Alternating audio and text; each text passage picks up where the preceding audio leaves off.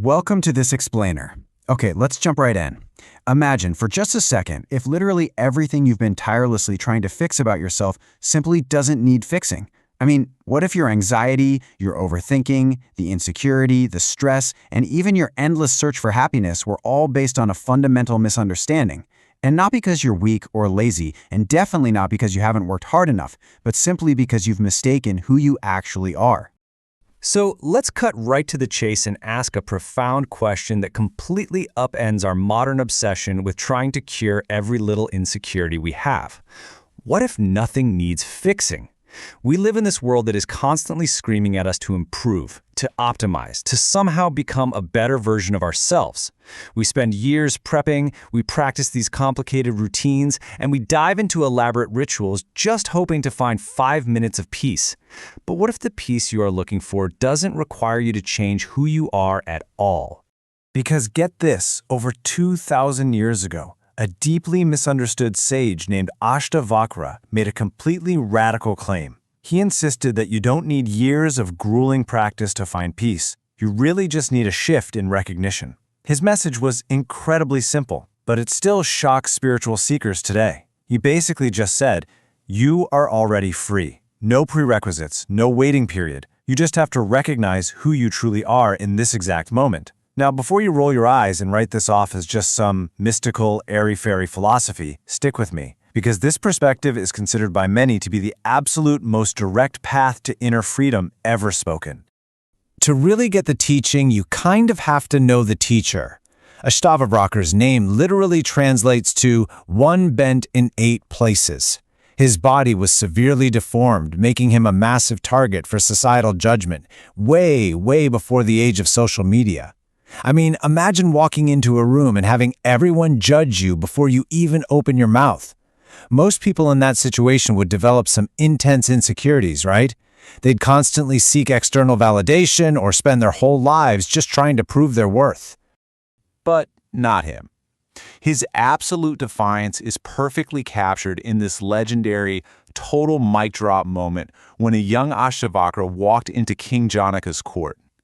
The scholars there took one look at his twisted body and actually burst out laughing. And you know what he did?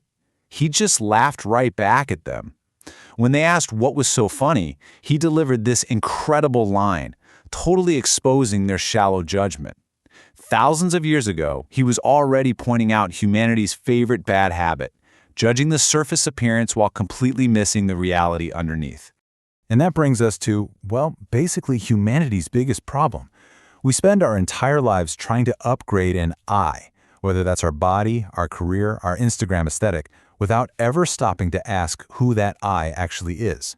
We go around saying, I am stressed, or I am a failure, or I am beautiful. But who exactly is this I? Is it your body, your mind, your memories, your bank account? Ashtavakra says it is absolutely none of those things. And recognizing that is where your entire perspective starts to shift. He explains this using this brilliant core metaphor. Your ever-changing life experiences are just a movie, but your true nature is the unaffected screen of awareness playing behind it. Think about sitting in a movie theater. Up on the screen, you're watching wars, tragedies, epic romances, joy.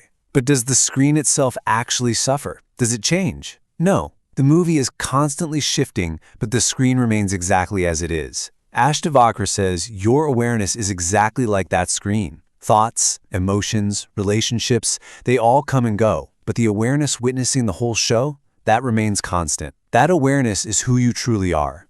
And you know what's crazy? Modern neuroscience totally backs this up.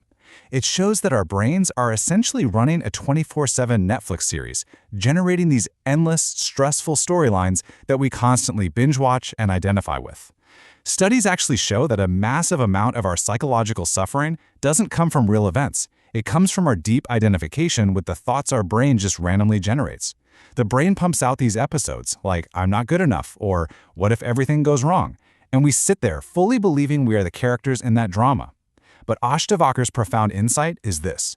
If you can observe the thought, you literally cannot be the thought. You are the observer. When we get sucked into that drama, we end up in what Ashtavakra calls the prison of identity. This is where temporary labels become totally exhausting to defend. If I ask you who you are, you'll probably rattle off a list of labels, right? An engineer, a doctor, a parent, someone who's successful.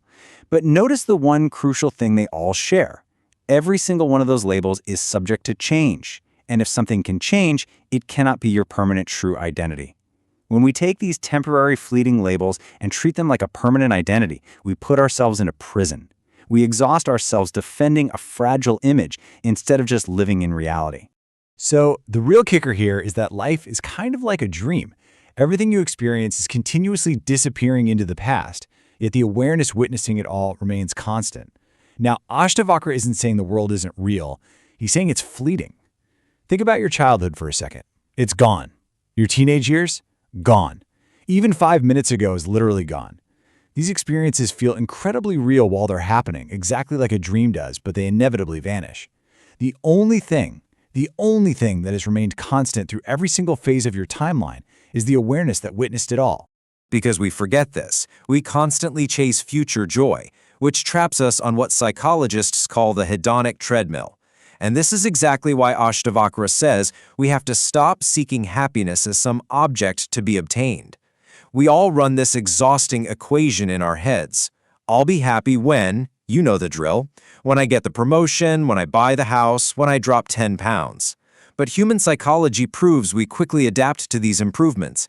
Today's massive dream simply becomes tomorrow's boring normal, and the destination moves again.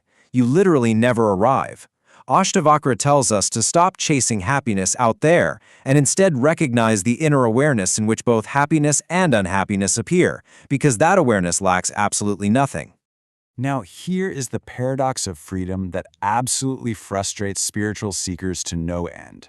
Searching for enlightenment is like tearing your entire house apart, looking for the glasses that are already sitting on your face. Most traditions give you this long, grueling path to walk. You have to purify, meditate, grow, improve. But Ashtavakra just rips away all our excuses.